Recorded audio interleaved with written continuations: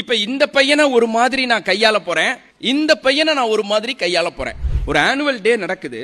இது என்ன ட்ரெஸ்ன்னு இதை போட்டு வந்திருக்க, இந்த ட்ரெஸ் நல்லா இல்ல, போய் முதல்ல ட்ரெஸ் மாத்திட்டு வா அப்படின்னு இவனை நான் ஹேண்டில் பண்றேன். இப்ப இவனுக்குள்ள என்ன நடந்திருக்கும் அப்படின்னு யோசிங்க. இப்ப இவனை பார்த்து நான் என்ன சொல்றேன், ஏ சூப்பர்ரா, நான் கூட இவ்வளவு ஸ்மார்ட்டா வரலடா, உன்னை பார்த்த உடனே ஏன் கண்ணே பற்றும் போல இருக்குடா, சூப்பரா ட்ரெஸ் பண்ணிட்டு வந்திருக்கடா, வெரி குட் அப்படிங்கிறேன். இப்ப ரெண்டு பேரை ரெண்டு விதமா ஹேண்டில் பண்ணேன். ஆம் ரைட்?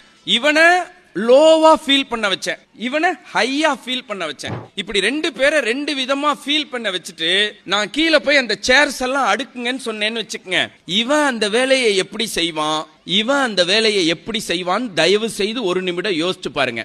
லோவா நான் ஒரு குழந்தைய உணர வச்சா அவ அங்க போய் லோ பெர்ஃபார்மன்ஸ் தான் கொடுப்பான். ஒரு குழந்தைய நான் ஹையா உணர வச்சா அவ அங்க போய் கொடுக்கிற பர்ஃபார்மன்ஸும் எப்படி இருக்கும், ஹையா தான் இருக்கும். அப்ப இங்க இருக்கிற எல்லா பெற்றோர்களுக்கும் எனது வேண்டுகோள் என்னன்னா, உங்க குழந்தைகள் உயர்ந்த இலக்க கண்டுபிடிக்க உதவி பண்ணுங்க. அவன் எந்த ஃபீல்டுல வேணாலும் இலக்க நிர்ணயிக்கட்டும், இத உன்னால அடைய முடியும், நான் உனக்கு உறுதுணையா இருப்பேன்டான்னு சொன்னா போதும். அந்த குழந்தைங்க என்ன பண்ணிடுவாங்க, ஜெயிச்சிருவாங்க. அவங்கள நீங்க எப்படி உணர வைக்கிறீங்கிறது, அவங்கள எப்படி நடத்துறீங்கிறதுல பொறுத்து இருக்கு. நீங்க உயர்வா அவங்கள நினைக்க வச்சீங்கன்னா நிச்சயமா அவங்க செயல்பாடுகளும் எப்படி இருக்கும், உயர்வா இருக்கும்.